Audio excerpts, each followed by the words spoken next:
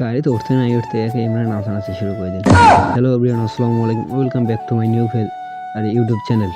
তো আজকে আমরা আমাদের রংপুর টু দিনাজপুর স্বপ্নপুরী পার্ক যাওয়ার উদ্দেশ্য। তো গাড়িতে ওঠার পরেই আমাদের টিমের যে টিম মেম্বারগুলো সবাই নাচানাচি শুরু করে দিল। তো আমার বন্ধু আলামিন তাও নাচতেছে। তো এদিকে নাচতে নাচতে থেমে গেল, একটু হাঁপিয়ে গেছে তো আবার। তো চলে আসলাম রংপুর টু স্বপ্নপুরী পার্ক।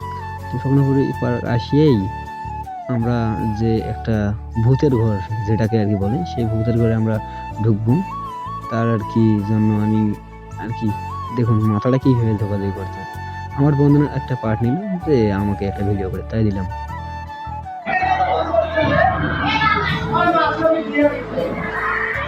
ভূতের ঘরে ঢুকিয়ে যে চিংড়িগুলোর যে অবস্থা, আল্লাহর কেনে যে চিংড়িগুলো ঢুকতে দেওয়া হয়েছে,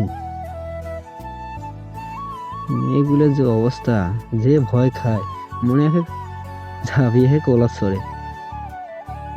তো এদিকে ভূতের ঘরে দেখতেছি মূর্তি টুর্তি যা আছে, মূর্তিগুলো আমি আর কি ভিডিও করতেছি। এই দেখুন সাপটা, ভয় লাগতেছে দেখতে। আমার বন্ধু বলতেছে আমি উঠতে পারতেছি না, আমাকে উঠে নেও। আমি বললাম যে আসো। তারপর দেখতে দেখতে আর কি কিছুটা আগাচ্ছি। আমাদের সঙ্গে মেয়ে ছিল, এই কারণে আমরা আর কি বেশি মজা করতে পারিনি। এই যে এখানে একটা রজগর সাপ, সাপ না কি জানি এটাকে বলে। আমি আবার আমার পোস্টটা নিলাম আর কি, আমার আর কি যে লুকটা সেটা আর কি দেখাইলাম। এখানে দেখি একটা মানুষ, সে বাথরুম করতে পারছে। তো যে আমি আমার ক্যামেরা নিয়ে আগাচ্ছি। এখন আমরা বাইর হবো, আর এখানে থাকবো না। আমরা লাস্টে এই মানুষটার পিকটা নিলাম। তো কিছুটা আগার পরে এখানে ছোট বাচ্চাদের জন্য চড়ার ব্যবস্থা আছে, এটাকে কি জানি বলে, যাই হোক এটা।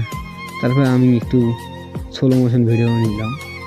আমার বন্ধু ক্যামেরা ধরছে, আমি একটু হ্যাশ নিলাম।